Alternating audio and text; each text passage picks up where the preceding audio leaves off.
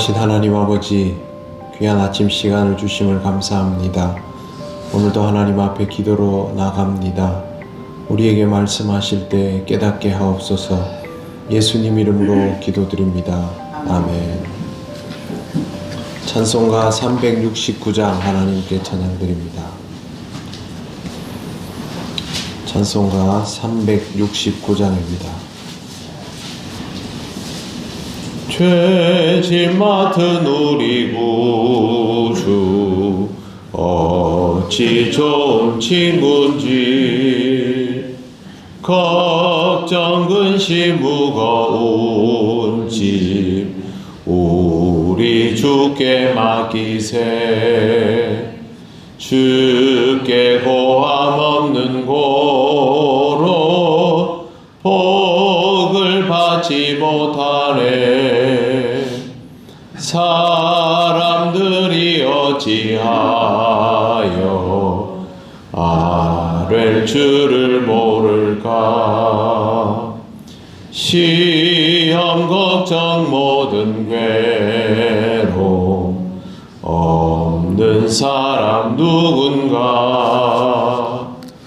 부질없이 낙심 말고 주의도 드려 아뢰세.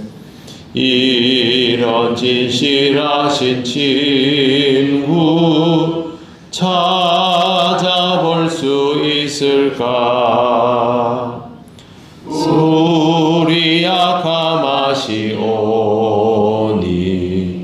어찌 아니하릴까. 근심 걱정 무거운 짐 아니진 자 누군가. 피난처는 우리 예수 주께 기도드리세. 세상 친구 멸시하고 너를 조롱하여도 예수 품에 안기어서 참된 위로 받겠네. 아멘.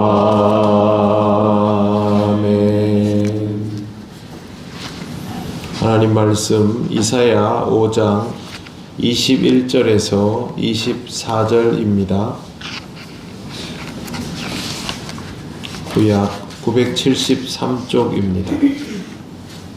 21절부터 24절 말씀 한 절씩 교독하겠습니다.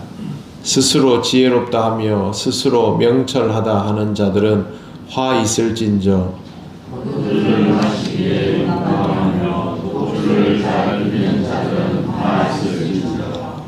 그들은 뇌물로 말미암아 악인을 의롭다 하고 의인에게 그 공의를 빼앗는도다. 이로 말미암아 불꽃이 그루터기를 삼킴같이 마른 풀이 불 속에 떨어짐같이 그들의 뿌리가 썩겠고 꽃이 티끌처럼 날리리니, 그들이 만군의 여호와의 율법을 버리며 이스라엘의 거룩하신 이의 말씀을 멸시하였음이라. 아멘. 하나님은 이사야를 통하여 스스로 지혜롭다 여기는 유다의 지도자들에게 화가 있을 것이라 말합니다. 21절 말씀이 그 내용을 아주 명료하게 기록하고 있습니다. 스스로 지혜롭다 하며 스스로 명철하다 하는 자들은 화 있을진저. 세상에서 제일 어리석은 사람은 자기가 똑똑하다고 생각하는 사람입니다. 교만한 사람은 이것을 잘 깨닫지 못하고 그래서 점점 더 어리석어질 수 있습니다. 그런 사람이 지도자의 자리에 있으면 그 나라는 점점 좋지 않은 방향으로 가고 끝내는 망하게 됩니다. 요즘 이란과 미국이 전쟁을 계속하고 있습니다.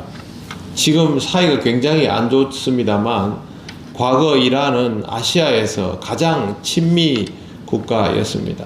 중동 지방에서 기름이 제일 먼저 난 곳이 이란인데 영국이 처음엔 탐을 내고 그 다음에는 미국이 탐을 내면서 이러한 왕조를 미국이 밀어주는 일이 생겼습니다. 근데 이 많이 나는 기름을 왕조가 자기들만 독식하고 백성은 굉장히 힘들고 가난한 상태로 그렇게 가니까 불만이 막 차오를 때 지도자들이 뭘 했냐 하면 페르시아 건국 2500주년 기념으로 전 세계의 국가 원수와 왕족들을 모아놓고 향연을 베푸는데 프랑스에 있는 최고 레스토랑에서 요리사 160명을 데려와서 그 가게를 휴업시키고 세계에서 구할 수 있는 산의 진미는 다 구해다가 이 잔치를 했습니다.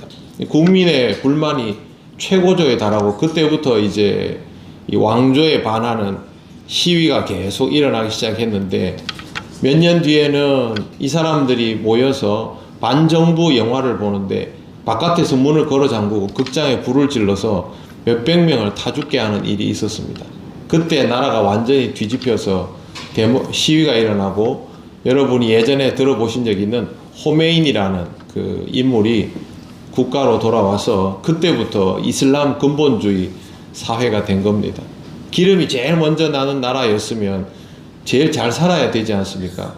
근데 국가 경제 수준이 필리핀 정도입니다. 아시아에서도 못 사는 나라에 속한 것이 저 커다란 기름 나는 나라 이란의 현실입니다. 지도자들이 백성을 위하지 않고 향연을 즐기면 그 상태는 이미 이제 볼장 다 본 것이죠. 그런데 이 모습이 오늘 성경 유다 왕국에도 고스란히 나타납니다. 이란은 나라라도 크지요. 국민이라도 많지요. 유다는 조그마한 나라입니다. 그 나라가 백성을 돌보지 않고 뭘 하고 있냐면 22절에 보시면요.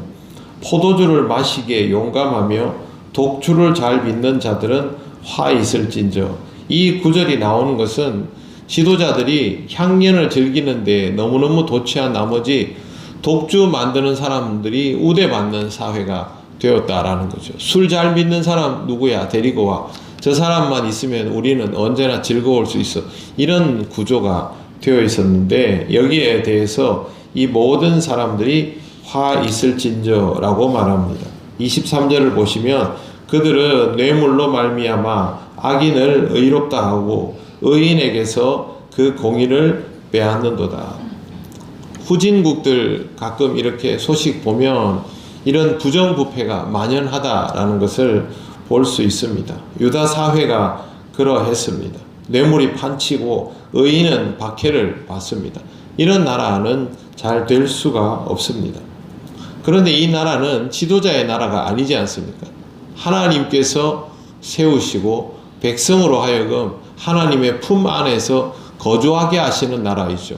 그걸 위해서 지도자들을 세워놓은 것인데 이렇게 나라를 엉망으로 하니까 하나님께서 다음과 같이 이 나라를 다루시고 지도자를 심판하십니다. 24절을 보시면 이로 말미암아 불꽃이 그루터기를 삼킴같이 마른 풀이 불 속에 떨어짐같이 그들의 뿌리가 썩겠고 꽃이 티끌처럼 날리리니 라고 되어 있습니다.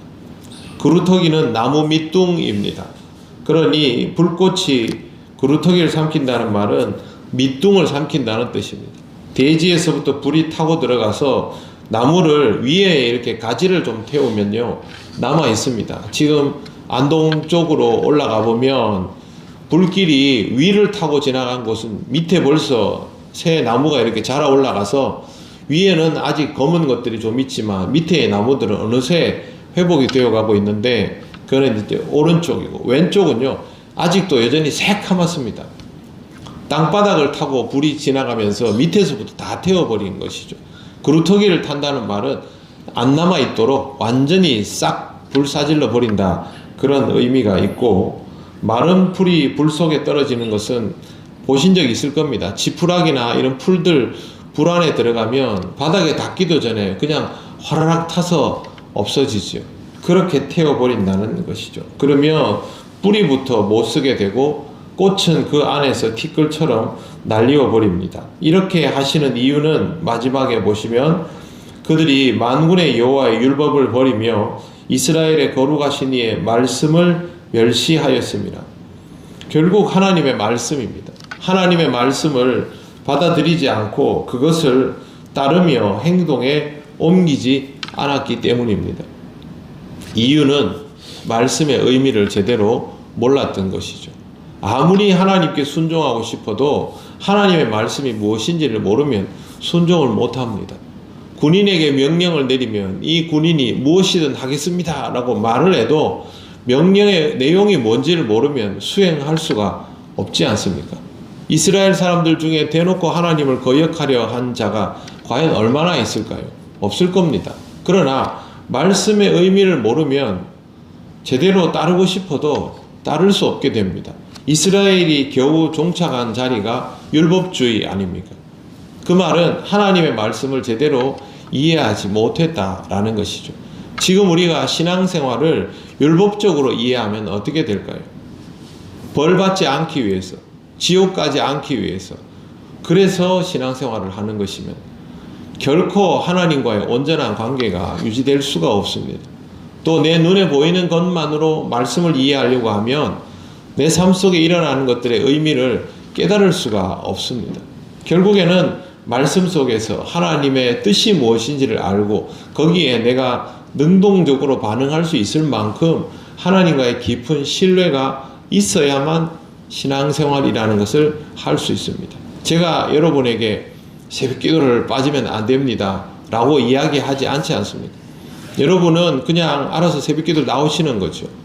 예배의 자리를 지키는 사람은요, 하나님과의 만남으로 인하여 그 자리를 지키는 자리까지 도달해야만 비로소 하나님에 대한 이해를 조금 더 높일 수 있습니다. 하나님께 하는 순종은 결국 말씀에 대한 이해에서부터 비롯됩니다.